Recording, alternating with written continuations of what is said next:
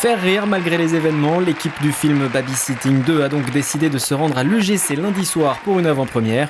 Devant une salle comble, les acteurs ont assuré le service après-vente de cette comédie qui aura la lourde tâche de s'imposer début décembre entre James Bond, Hunger Games et Star Wars.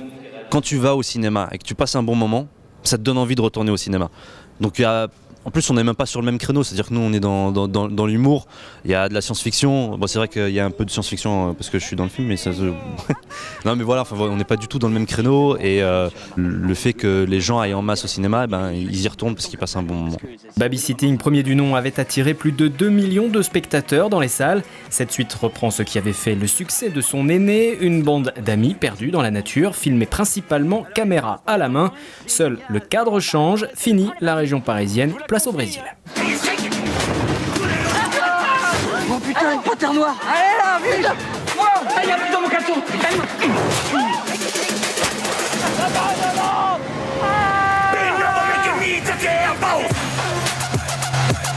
C'est la vraie difficulté d'un numéro 2, c'est essayer de conserver ce qu'il y a plu aux gens tout en essayant de changer suffisamment de choses pour que ce soit pas exactement pareil.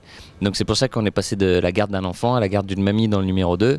Et voilà, c'est un film de fête dans le numéro 1 et une vraie comédie d'aventure dans le numéro 2. Donc on pense que grâce à tout ça, avec le mode de filmage du found footage, les images retrouvées qu'on a conservé aussi, on pense que voilà... On pense que les gens retrouveront ce qu'ils ont aimé dans le 1, notamment cette bande de copains. Mais quand même avec pas mal de nouveautés.